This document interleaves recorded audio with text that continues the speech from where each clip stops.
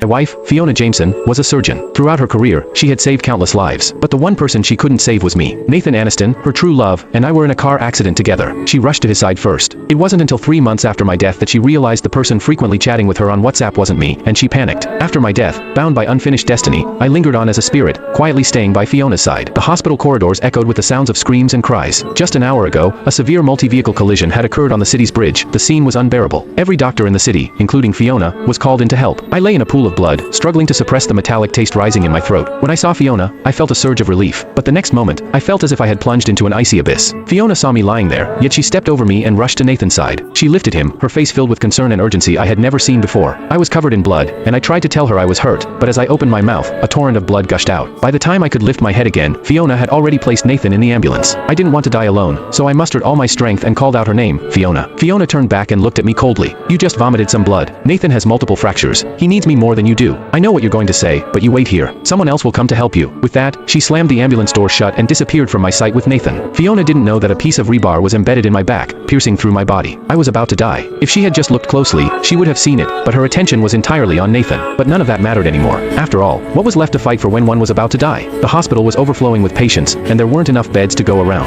After finishing Nathan's surgery, Fiona had no choice but to place him on a temporary bed in the hallway. Wrapped in bandages and looking pale and drained, Nathan tugged at Fiona's heartstrings. In a hoarse voice, Nathan said, "I'm fine now. You should go check on Oliver. He sounded pretty bad too." Fiona frowned sharply at the mention of my name. What does it matter about that jealous, petty guy? Your health is what's important right now. Nathan fell silent for a moment. Then, as if reflecting on something significant, he continued, "This is all my fault. If I hadn't come back, you two wouldn't be in such a mess that it's come to the brink of a divorce." That was true. Just before the accident, Fiona and I were in heated discussions about our looming separation. Our marriage had been an arrangement between families, while Nathan was her university classmate. I knew all along that Fiona didn't like me, but under the pressure from our families, we went through with it anyway. I tried everything to be the husband she deserved, hoping that one day I could take Nathan's place in her heart. Then Nathan returned from abroad, shattering my hopes. Upon his return, he called Fiona first. It changed everything. Despite the fact that I was the one who married her, Fiona spent most of her time with Nathan. We had an explosive argument just before my accident. After I lost my cool, she stormed off. Moments later, I got a call from Nathan asking to meet. I never imagined I would crash my car on the way to see him, and that it would cost me my life. Shaking off those thoughts, I watched as Fiona tucked the blanket around Nathan, speaking softly. "It's not your fault. Oliver and I were never on the same page. He's too suspicious and overly sensitive. He doesn't even take the time to understand me. Our divorce was mutual, so don't blame yourself." I wore a wry smile, thinking, so, this is how she views me. Just then, a frazzled nurse rushed over, holding my ID. "Dr. Jameson, your husband, Oliver."